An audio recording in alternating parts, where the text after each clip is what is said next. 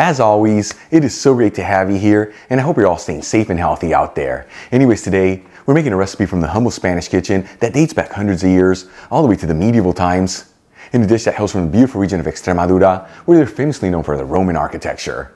We're talking Spanish poor man's meatballs and onion sauce.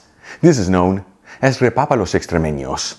And let me tell you, these poor man's meatballs are filled with so many simple yet delicious flavors. The recipe's made with basic and affordable ingredients.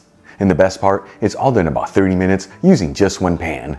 Folks, serve this dish next to some roasted potatoes and a bottle of Spanish red wine, more specifically from the region of Toro, considered to be one of the oldest wine regions in Europe, and have yourself a taste of Spanish history. This video is sponsored by Tienda.com. The Tienda is an online superstore focusing on selling all things Spain for your home and kitchen, and they've been around since 1996. And like I always tell you, they have the biggest selection of artisan Spanish ingredients, like queso manchego, the famous jamón serrano and jamón ibérico, Marcona almonds, olives, the beautiful canned seafood from Spain, and all the spices you need to make all your favorite Spanish recipes, among so many other great ingredients. And let me tell you, when it comes to cookware, they have an amazing selection of authentic Spanish paella pans that range in size from 2 servings all the way up to 50 servings. And they even offer classic grilling systems, that way you can always perfectly cook your paella at home. Folks, visit Tienda.com. Let them know Albert from Spain on a Fork sent you there, and make sure you use coupon code ONAFORK during checkout for 10% off your order. Alright, let's just jump right into this. I'm going to crack in 2 large eggs into a large bowl. Then we'll finely grate 3 cloves of garlic over the eggs. As always, if you don't have a grater, you can just finely chop them. Add 2 tablespoons of chopped parsley, which is 8 grams. And season with sea salt and freshly cracked black pepper. And we'll give it a whisk until it's well mixed together.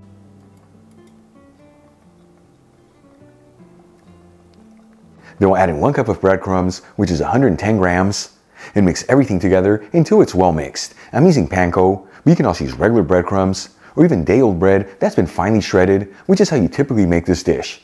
I just prefer to use the panko breadcrumbs as it gives the meatballs a better texture. Once everything's well mixed, make sure to push down on the mixture until you end up with a paste-like texture. This is to ensure that all the ingredients are well bound together.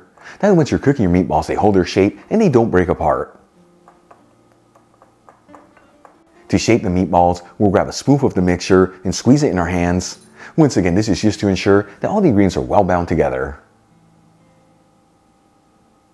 And then we'll shape into a ball about the size of a golf ball. And if you see that your mixture is too wet to work with, add in some more breadcrumbs, and vice versa if it's too dry, add in some whisked egg.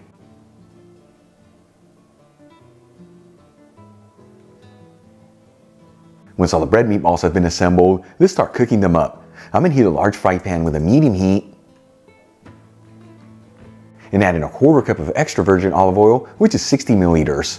Of course, you can use other oils here. It's just extra virgin is what's typically used in Spain, and it gives this dish that beautiful lift of goodness. Make sure you get the Spanish one I'm using in the description box below. After a couple minutes, we'll add in the bread meatballs. And you want to make sure they're on a single layer and evenly spaced out. And we're going to go for about 6 to 8 minutes here, until the meatballs are golden fried all around.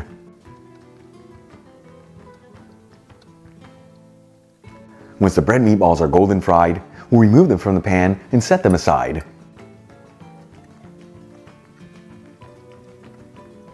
Now, using the same pan with the same heat, let's make the onion sauce. I'm going to add in 1 small onion that's been finely chopped, and 2 cloves of garlic that have been roughly chopped. You'll mix the ingredients around continuously, that way they don't brown too quickly and it all evenly sautés.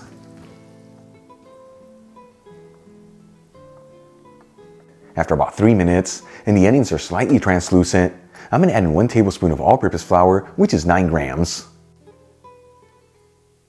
And we're going to continue to mix this and go for about 2 minutes on the flour. This is enough time to cook off the raw flavor in it, that way it doesn't overpower the flavors of the sauce.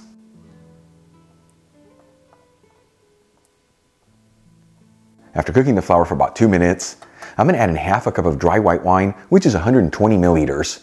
If wine is not your thing, you can sub it for any broth of your choice with a squeeze of fresh lemon juice. And we'll also add in 1/2 teaspoon of dried thyme, which is 1/2 gram. And we'll give it a mix and then simmer it for a few minutes.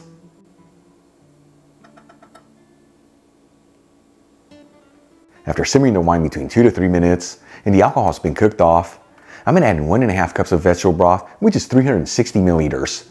You can also use chicken broth here, or even beef broth if you like. Either way, link on how to make my homemade veggie broth in the description box below.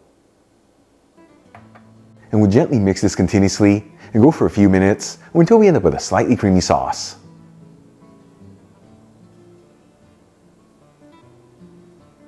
After 4 to 5 minutes, and we've ended up with a slightly creamy sauce, we'll season it with sea salt and freshly cracked black pepper. And we'll give it one final mix. Then we'll add the bread meatballs back into the pan, once again on a single layer and evenly spaced out. And then gently flip each one, that way they're fully coated in all that goodness. And we're going to simmer this for a couple minutes or until the bread meatballs are heated through.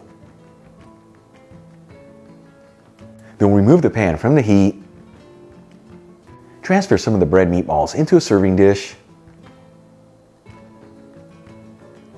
and top them off with some of the onion sauce.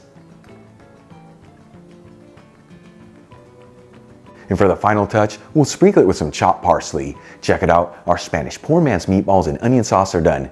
Easy to make, simple and affordable ingredients, and all done in about 30 minutes using just one pan.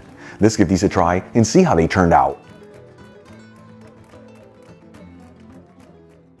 Once again folks, Repa pa los extremeños, this looks absolutely insane. Here we go.